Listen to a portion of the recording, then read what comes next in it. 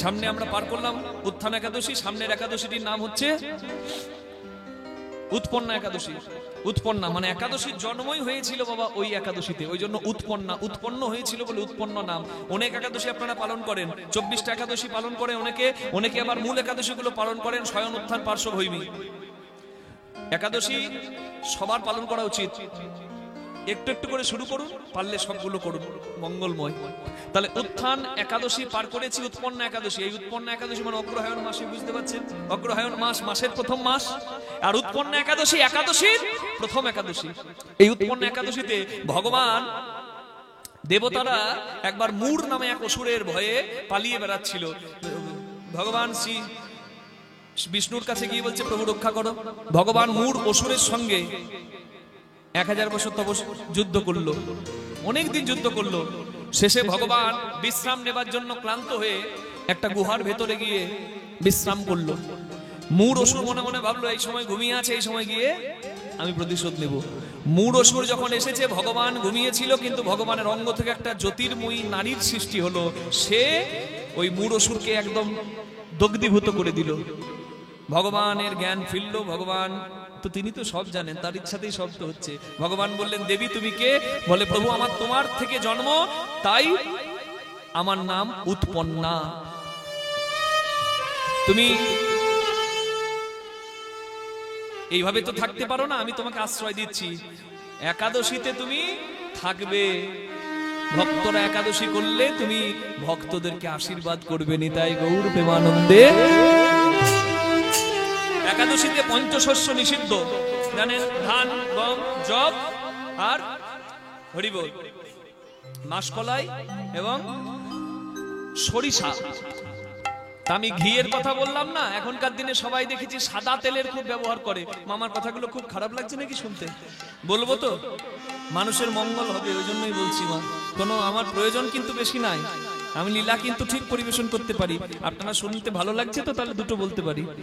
মানুষ বেশি ব্যবহার করছে এখন সাদা তেল।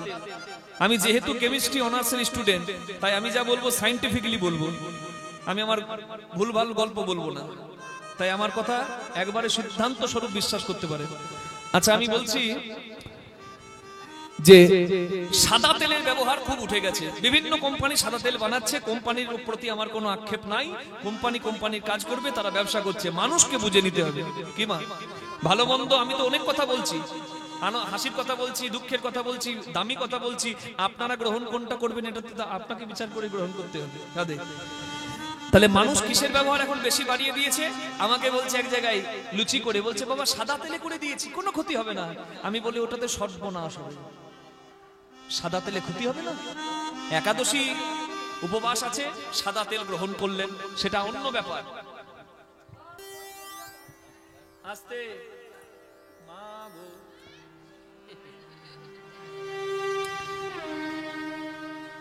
একাদশীতে আপনি বিভিন্ন বাধাতে উপবাসে আপনি গ্রহণ করতে পারেন, তবে ওটা প্রতিদিন দৈনন্দিন ঘরে যদি ব্যবহার করেন সর্বনাশ হবে। পাম তেল কেউ খায় না, দোকানে দেখবেন অনেক সময় ব্যবহার করে চপচপ করার জন্য কম দামি তেল, পাম তেল, পালমোলিয়াম অয়েল, পাম তেল। ওই পাম তেলের মোটামুটি কাছাকাছি সর্বনাশ করবে ওই সাদা তেল। সাদা তেল মানে রিফাইন্ড অয়েল। আপনি সানফ্লাওয়ার বলুন, সয়াবিন অয়েল বলুন, ওগুলো রিফাইন করতে করতে মেশিনে, রিফাইন মানে পরিশুদ্ধ করতে করতে তেলের গোষ্ঠী ষষ্ঠী পুজো করে ছাড়ছে। আর ওতে তেল কিছু নাই, ওটাতে মানুষের মঙ্গল করবে না। তার থেকে অনেক ভালো, উপবাসে পাবেন না, কিন্তু সাধারণভাবে ঘরে সরষের তেল ব্যবহার করুন, খাঁটি সরষের তেল পিষিয়ে ব্যবহার করুন। না পারলে তিলের তেল পিষিয়ে আনুন, না পারলে বাদামের তেল পিষিয়ে আনুন, কুল্ড প্রেস অয়েল, মেশিনে নয়, পিষিয়ে আনুন, সেগুলো ব্যবহার করুন, আপনার মঙ্গল হবে, শরীর ভালো থাকবে। ভালো কথা বলছি মা। আর যদি পারেন, সব থেকে ফ্লেমেবল, হাইলি ফ্লেমেবল হচ্ছে হরিবোল, যেটা অনেক বেশি তাপমাত্রা সহ্য করতে পারে। তাড়াতাড়ি রান্না হবে বলে গ্যাসটাকে এমনি করে বাড়িয়ে দিচ্ছেন, আর অমনি করে বাড়িয়ে দিলে প্রথমেই সব থেকে কম তাপমাত্রায় নষ্ট হবে অলিভ অয়েল। অলিভ অয়েল 2000 টাকা 1000 টাকা কিলো, ওটা সাধারণ মানুষ ব্যবহার করে না। ওটাতে একটু তাপ পেলেই তেলের মানে গুণমান সব নষ্ট হয়ে যায়, তারপরে সাদা তেল নষ্ট হয়ে যায়। আর বাকি সরষের তেল এগুলো আরো অনেক বেশি তাপ সহ্য করতে পারে। আর সব থেকে ভালো তেল হচ্ছে ঘি। ঘিয়ের ওপরে কিছু নাই, 450 থেকে 500 ডিগ্রি তাপমাত্রা সহ্য করে নেয় ঘি, তবুও তার গুণমান বজায় থাকে। আর ঘি খেলে বলে সর্বনাশ। ঘি ব্যবহার বাড়িয়ে দিন, সর্বনাশ হবে না, মঙ্গল হবে। আমি বলছি নিতাই গৌর প্রেমানন্দে হরি হরি বল। অতি নয়, অতি নয়, তবে ব্যবহার বাড়ান। আমি বললাম তাহলে ঘৃতেতে লাবণ্য বৃদ্ধি, ঘি সেবাতে লাবণ্য গ্লেজ আসে। আর শাকে বাড়ে বল, শাকসবজি খাবেন, কোষ্ঠকাঠিন্য হবে না। কথাগুলো ফেলে দেবার নয়। রাধে রাধে। যেই না নারদ মুনি রাধা নাম করেছে, আর সঙ্গে সঙ্গে ভগবান শুনিয়া বিনার গান আকুল হইল প্রাণ। শুনিয়া বিনার গান আকুল হইল প্রাণ। চলে কৃষ্ণ রাজ সভা ছাড়ি বাহির দ্বারে, চলে কৃষ্ণ রাজ সভা ছাড়ি বাহির দ্বারে, কৃষ্ণ রাজ সভা ছাড়ি। কে শোনালো মধুমাখা নাম, কে শোনালো মধুমাখা নাম, কে শোনালো কেবা এই দ্বারকা এলো, মধুমাখা নাম কে শোনালো, কেবা এই দ্বারকা এলো, কেবা রাধা রাধা বলিল, কেবা এই দ্বারকা এলো, কেবা রাধা রাধা বলিল, কেবা এই দ্বারকা এলো, কেবা রাধা রাধা বলিল, মধুমাখা নাম কে শোনালো। আরে বাবা রে,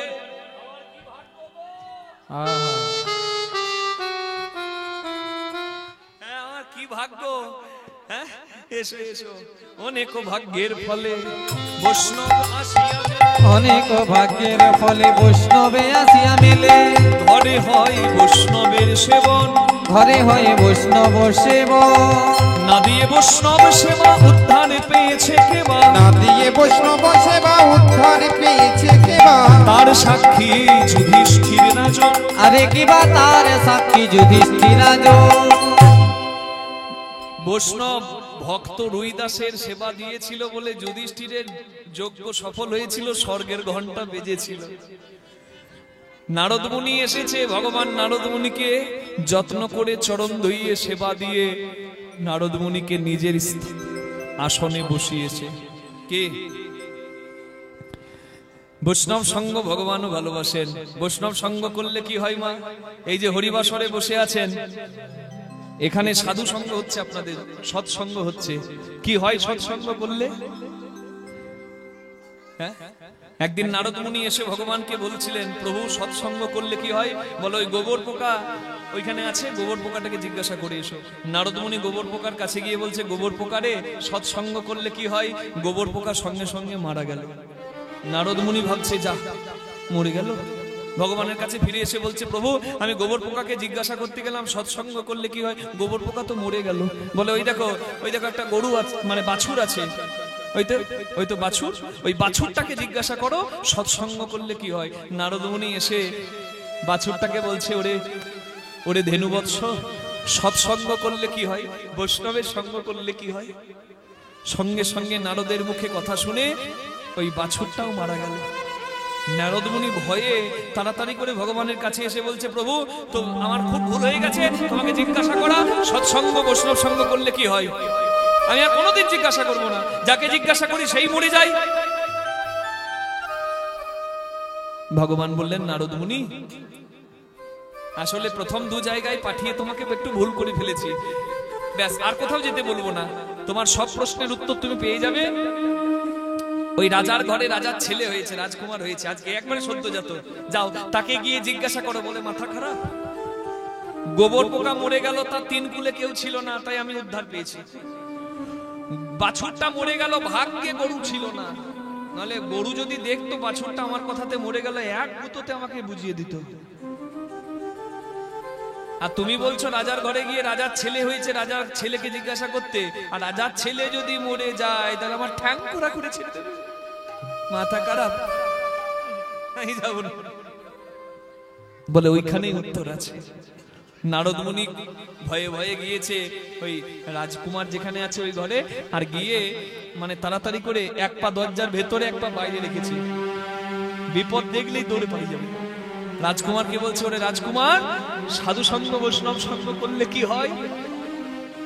সঙ্গে সঙ্গে রাজকুমার নারদ মুনিকে প্রণাম করে বলছেন, হে মুনিবর, হে বৈষ্ণব ঠাকুর, আপনাকে বলতে হবে যে সাধু বৈষ্ণবের সঙ্গ করলে কি হয়। আমি প্রথমে ছিলাম একটা গোবর পোকা, আপনার মতো সাধু বৈষ্ণবের সঙ্গ পেয়ে আমি জন্ম পেলাম একটা ধেনুকুলে, আমি বাছুর হয়ে জন্ম পেলাম। আবার আপনি এসে কৃপা করলেন, আমি ওই বাছুর কুল থেকে উদ্ধার পেয়ে রাজপুত্র রূপে সর্বোত্তম জন্ম, মানব জন্ম পেলাম। সাধু বৈষ্ণবের কৃপা হলে মানুষের জীবের ঊর্ধ্ব গতি হয়, এটা কি আপনাকে বলে বোঝাতে হয়? নিতাই গৌর প্রেমানন্দে হরি হরি। গুরু দ্রোণাচার্য কুরুক্ষেত্রের মাঠে পড়েছিল, অর্জুন চোখের জলে বুক ভাসিয়ে জিজ্ঞাসা করেছিল, হে বাসুদেব, হে শ্রীকৃষ্ণ, আমার গুরু জ্ঞানী, আমার গুরু পণ্ডিত, আমার গুরু নিষ্ঠাবান, আমার গুরু ত্রিসন্ধ্যা গায়ত্রী মন্ত্র জপ করে, আমার গুরু শক্তিধর, তাকে যুদ্ধ করে হারাবার সামর্থ্য কারণ নাই, আমার সেই গুরুকে কেন মরতে হলো? ভগবান বললেন, তোমার গুরু শক্তিধর, তোমার গুরু জ্ঞানী, তোমার গুরু পণ্ডিত, তোমার গুরু ব্রাহ্মণ নিষ্ঠাবান, কিন্তু তবুও তোমার গুরুকে মরতে হলো কেন জানো? তোমার গুরু জেনে বুঝে দুর্যোধনের মতো অসতের সঙ্গ করেছে। নিতাই গৌর হরি। অসৎ সঙ্গ যে করবে তার সর্বনাশ হবে। সৎসঙ্গ করুন মা, ভালো সঙ্গ করুন, পরনিন্দা পরচর্চা যেখানে হয় বর্জন করুন সেই স্থান যেখানে গেলেই শুনতে হয় ওর বউ ভালো নয়, ওর মেয়ে মা ঘর সংসার করে না, মেয়ে ভালো নয়, ওর ছেলে ওইরকম কুলাঙ্গার ছেলে থাকার থেকে মরে যাওয়া ভালো। ওর বউ ভালো নয়, মেয়ে ভালো নয়, ছেলে ভালো নয়, আর আপনি একবারে ধোয়া তুলসী পাতা। যাবেন না সেই সঙ্গে, পরিত্যাগ করুন, আজ থেকেই পরিত্যাগ করুন, নিজের অকল্যাণ হবে। যতটুকু সময় পারবেন ওই সব সঙ্গ ছেড়ে অন্তত গীতা পড়ুন, নিজের ঘরে কোনো বই পড়ুন, না হলে যেখানে ভালো কথা হয়, জগৎ কল্যাণের কথা হয়, মানুষের মঙ্গলের কথা হয়, ভগবানের প্রতি ভক্তির কথা হয়, সেইখানে গিয়ে বসুন, অনেক বেশি আনন্দ পাবে। এই সমস্ত নকল আনন্দ থেকে মানুষ যখন আসল আনন্দে আসবে না, মানুষের আর ওই দিকে তাকাতে ইচ্ছা পর্যন্ত করবে না। নিতাই গৌর প্রেমানন্দে হরি হরি। প্রভুপাদ, ইসকনের প্রভুপাদ, তার নাম জানেন? হ্যাঁ, ভক্তি বেদান্ত স্বামীজি মহারাজ। আচ্ছা, সেই প্রভুপাদকে একজনে জিজ্ঞাসা করছে যে আপনি তো একাদশী করলেন, উপবাস করলেন, সারাটা জীবন উপবাস করতে করতেই পার করলেন, তা আপনি যে কৃষ্ণ নাম করছেন, আচ্ছা মরে গেলেন আর গিয়ে দেখলেন কৃষ্ণ বলে কেউ নাই, তাহলে আপনার কত দুঃখ হবে যে ইস কত সুন্দর ইন্দ্রিয় তৃপ্তি করতে পারতাম, কত জায়গায় ফিস্টি করতে পারতাম, ফষ্টি করতে পারতাম, ওই সব ছেড়ে দিয়ে উপবাস একাদশী এইসব করে পার করলাম। ভক্তি বেদান্ত স্বামীজি মহারাজ বলছেন, তুমি ঠিক বলেছো বাবা, একদম ঠিক কথা, তোমার একদম ঠিক কথা। একাদশী উপবাস হরিভজন কৃষ্ণ নাম এসব না করে, সংসারে ভালো কাজ না করে অকাজও করা যায়, আবার মদ খেয়ে গাঁজা খেয়ে, হ্যাঁ, অখাদ্য গ্রহণ করে, মানে ইন্দ্রিয় তৃপ্তি করে সমস্ত রকম কামাচার, ব্যভিচার, পাপাচার, দুরাচার সবকিছু করা যায়, ঠিক। কিন্তু তুমি আমাকে যে বলছো আমি একাদশী করেছি, উপবাস করেছি, ভগবানের নাম কীর্তন করেছি, আমার তো তাতে কষ্ট হয়নি বাবা। আমার কাছে উপবাসটাও আনন্দের, আমার কাছে এই রাস পূর্ণিমা, ঝুলন পূর্ণিমা, দোল পূর্ণিমা সব উৎসব, আমরা সবাই মিলে সংকীর্তন করি, উৎসব, আমরা সৎ আনন্দ পেয়েছি। এরপরে যদি দেখি কৃষ্ণ বলে কেউ নাই, তাতেও কোনো দুঃখ নাই। কিন্তু এবার আমি তোমাকে প্রশ্ন করছি, অখাদ্য কুখাদ্য খেলে, নেশাদ্রব্য গ্রহণ করলে, অনাচার, পাপাচার, দুরাচার, ব্যভিচার, কামাচার, ইন্দ্রিয় তৃপ্তি করে গেলে, সবকিছু করলে, হরিনাম করলে না, তোমার মৃত্যু হলো।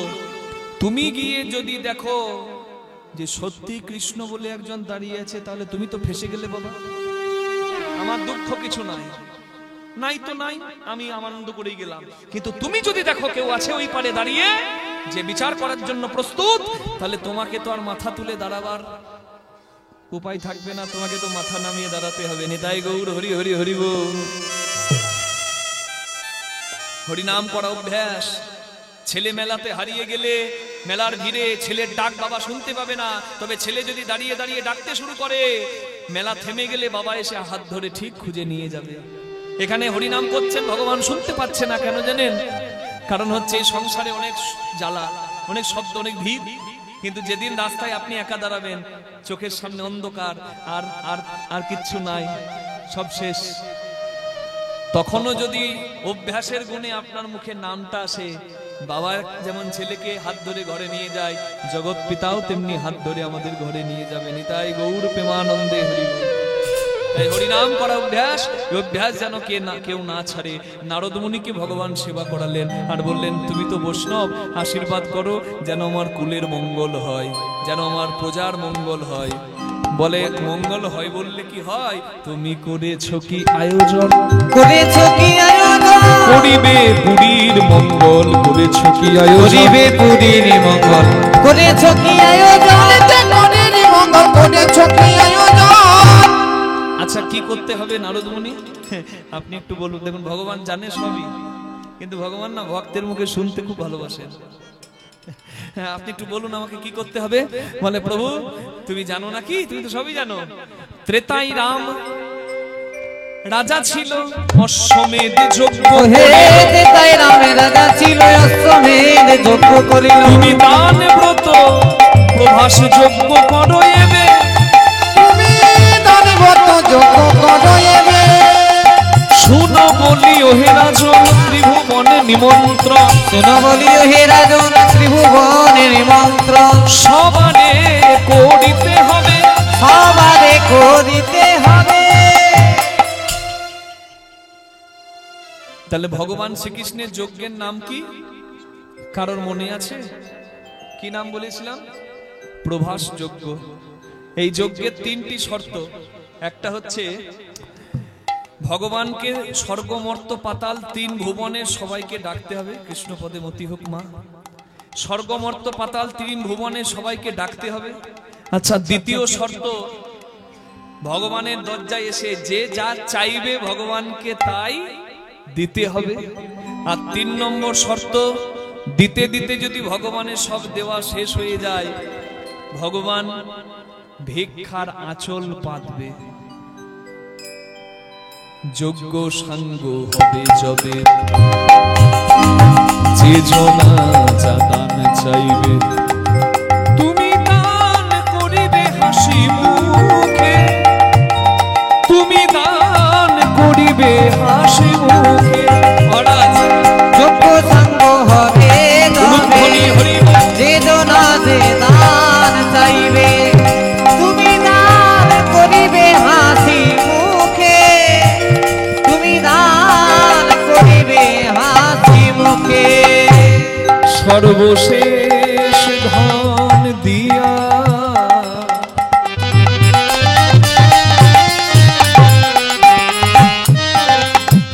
ভিক্ষার ঝুলি কাঁধে লইয়া, দাঁড়ে দাঁড়ে ভিক্ষা মাগি খাবে, তুমি দাঁড়ে দাঁড়ে ভিক্ষা মাগি খাবে। তুমি যজ্ঞ করো যজ্ঞে, তুমি যজ্ঞ করো যজ্ঞে সারো, ভক্ত